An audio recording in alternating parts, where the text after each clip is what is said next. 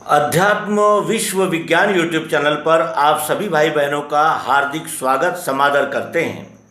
केंद्रीय अध्यात्म विज्ञान शाला मानधाता ओंकारेश्वर जिला खंडवा मध्य प्रदेश के 5वें संचालक प्रातः स्मरणीय परम पूज्य डॉक्टर जीवनानंद जी चैतन्य, इन्होंने सर्वांग योग का स्पष्टीकरण प्रस्तुत किया है और ये स्पष्टीकरण सर्वांग योग को प्राप्त करने में, सर्वांग योग को जानने में हम सभी साधक और जिज्ञासु मुमुक्षुओं की अतीव सहायता करता है। तो हम क्रमशः सर्वांग योग का स्पष्टीकरण आपकी सेवा में प्रस्तुत कर रहे हैं और यह पंचम संचालक श्री जीवनानंद जी चैतन्य इन्होंने हमें दिया है और उसी बोध को आत्मसात करके हम भी विश्वरूप परमात्मा को जान सकते हैं, पहचान सकते हैं और अनन्य भक्ति द्वारा उसमें लय प्राप्त कर सकते हैं। तो आइए आरंभ करें। सर्वांग योग अध्याय पहला, अनुष्टुप छंद। श्री गुरु के पदों को है मेरा दंडोत प्रेम से, यही प्रेम रहे स्थायी कृपा दृष्टि वही मिले। अर्थ, तत्वदर्शी सद्गुरु के समीप उपस्थित होकर सात्विक श्रद्धावान मुमुक्षु ने तत्वदर्शी सद्गुरु के चरणों में समर्पित सहृदयता पूर्ण प्रेम दर्शाते हुए दंडवत प्रणाम करके जिस कृपा दृष्टि से यह प्रेम स्थायी रहे, वही परंपरा प्राप्त अंश अंशी भाव से अपना निज स्वरूप अर्थात विश्वरूप जानने की इच्छा प्रकट की, जिसकी भगवान श्री कृष्ण जी ने गीता में सनद दी है।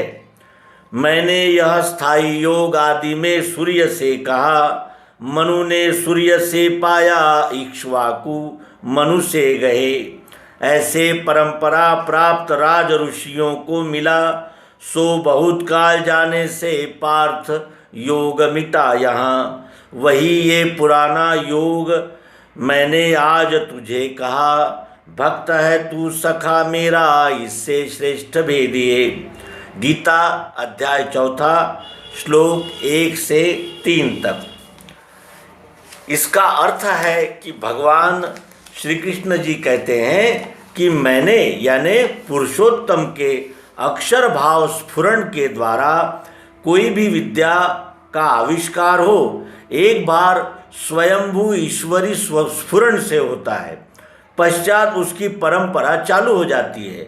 कश्यप अदिति के ज्येष्ठ पुत्र विष्णु नामक शरीरधारी विभूति में यह दिव्य चक्षु योग कल्प के आदि में चराचर सृष्टि के रूप में दिखने वाला अपने सहित यह विश्व ही विश्वरूप परमात्मा है।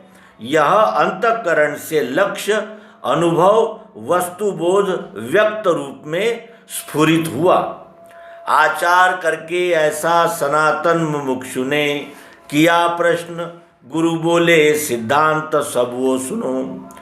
अर्थ, जब तत्वदर्शी सद्गुरु स्वरूप विभूति से परमात्मा अनुभव प्राप्त करने जावे तो प्रथम सात्विक श्रद्धा से दंडवत प्रणाम करने उपरांत परमात्मा अनुभव प्राप्ति हेतु प्रश्न करे।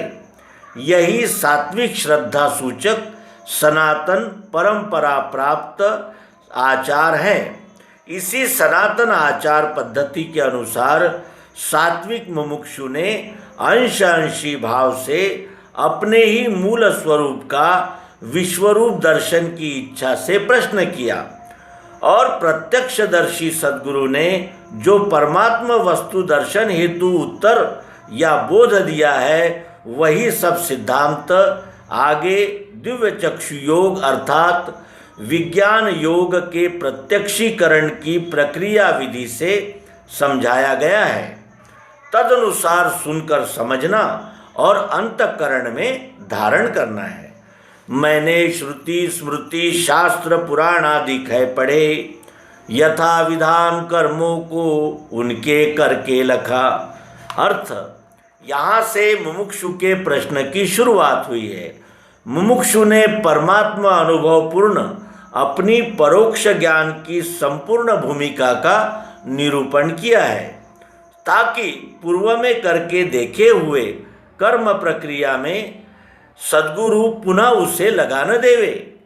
साथ ही इस बात का भी पता चल जावे कि मुमुक्षु की भूमिका परोक्ष ज्ञान की सीमा तक पहुंच चुकी है। वस्तु दर्शन की अति आतुर उत्कट इच्छा है। मैंने चारों वेद ऋक्, साम, यजु, अथर्व, मनु, अंगिरा, वशिष्ठ, अत्रि आदि सभी स्मृतियाँ, पूर्व मीमांसा, न्याय, वैशेषिक, सांख्य, पातंजलीय योग शास्त्र, उत्तर मीमांसा अर्थात वेदांत ब्रह्मसूत्र आदि सभी शास्त्र और विष्णु, ब्रह्म, वायु, श्रीमद् भागवत आदि सभी पुराण पूर्ण रूपेण पढ़कर जिस प्रकार उनमें परमात्मा दर्शन के विषय में समझाया है, सभी प्रकार के क्रियात्मक कर्म करके देख भी लिए हैं, तो भी चंचलता मेरे मन की मिटती नहीं, समाधान नहीं स्थायी वो कैसे मुझको मिले। अर्थ, सभी श्रुति स्मृति शास्त्र पुराण आदि पढ़ लेने और तदनुसार वर्णन किए सभी विधानोक्त कर्मों को पूर्ण रीति से कर लेने के उपरांत भी मेरे मन की चंचलता मिटकर स्थिरता नहीं हो सकी और परमात्मा का यथार्थ दर्शन भी प्राप्त नहीं हो सका।